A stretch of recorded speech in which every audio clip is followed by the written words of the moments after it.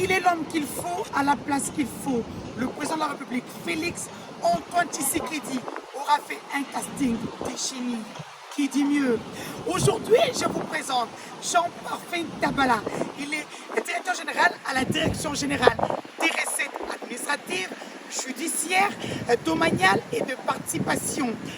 DGRAD en cycle, invertébré dans ces secteurs.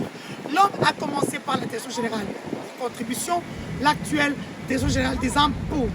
Économiste de formation et gestionnaire aguerri, Jean-Parfait Tabala a gravi tous les échelons à la DGRAD jusqu'à devenir aujourd'hui directeur général. Digne et véritable fils maison, il a d'abord été attaché de bureau, ensuite directeur provincial au Nord Kivu et dans l'ex-Katanga. Il y a lieu de signaler par ailleurs que ce travailleur expérimenté a assumé plusieurs fois des postes de responsabilité dans plusieurs structures publiques bien avant. Une tête bien pensante qui a fait ses preuves à l'Alma Mater, à l'Unikin, ainsi que dans l'administration et dans la fonction publique. Monsieur Tabala, Mouandikire, Jean-Parfait, directeur général. Avec un parcours éloquent, son punch managérial l'a toujours mis en position de commandement dont le couronnement a été sanctionné au poste actuel que la hiérarchie lui a confié. Lors de sa prise de fonction le 15 décembre 2021, le patron de la DGRAD avait annoncé qu'il allait commencer par un état des lieux de la société et ensuite il a promis de mettre un accent particulier sur la numérisation des services afin d'accroître davantage les recettes publiques dans son secteur. Jean-Parfait Tabala a gravi tous les échelons jusqu'à devenir ce jour directeur général. À ce poste, il est secondé par Fouamba Ali Kondé et Madame Epoulouké Boumboula Christine, respectivement, directeur adjoint en charge des questions techniques et directeur en charge des questions financières et administratives.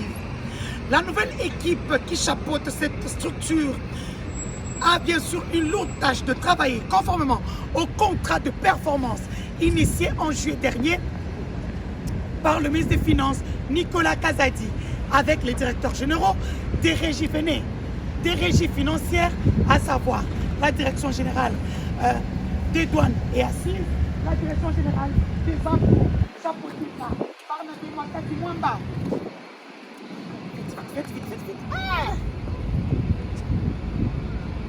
La DGRAD dont la finalité est la maximisation des recettes. Ces contrats de performance s'articulent essentiellement d'une part et sur l'augmentation volontaire de la cible des recettes en listant également ces actions d'accompagnement et d'autre part sur l'introduction des indicateurs de performance pour évaluer distinctement les phares de chaque service opérationnel des régies financières. Dans la mobilisation des recettes, bien sûr, quel que soit le lieu d'implantation, à travers les territoires nationaux. La DGRAD, pour la DGRAD, il y a des réalisations du premier semestre saluées par le gouvernement. Le ministre des Finances, M. Nicolas Kazadi, a félicité la DGRAD au nom du gouvernement de la République démocratique du Congo après l'évaluation au niveau des recettes mobilisées au premier semestre de cette année 2022. Ces assises ont pu révéler que les réalisations de la direction des recettes administratives, judiciaires, domaniales et de participation ont atteint environ 1,576 milliards de francs congolais, 73% par rapport aux gestions semestrielles estimées à 1,69 milliard de francs congolais. Ce relèvement du niveau des recettes est le résultat d'un grand travail abattu par le DG Jean-Parfait Tabala, secondé par M. Fouamba Kondé et Mme Epoulouké Boumboula Christine. Bien sûr, respectivement, DG adjoint en charge des questions techniques et DG adjoint en charge des questions financières et administratives. Disons que depuis l'avènement de l'actuel DG Jean-Parfait Tabala, l'observateur averti constate que la DGDA a atteint ses assignations quelques mois après, grâce à son esprit managérial et surtout son savoir-faire.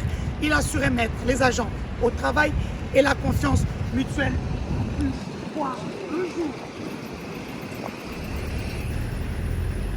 Aussitôt arrivés, ils ont mené plusieurs actions telles que la campagne du civisme fiscal, le renforcement des capacités des ordonnateurs de la DGRAD, l'organisation de la conférence des directeurs de cette entreprise publique avec comme objectif de réfléchir sur la politique de la mobilisation des recettes non fiscales. L'enrichissement de la collaboration entre la DGRAD et le ministère de l'Environnement pour un accroissement des recettes du budget à 2022. Déterminer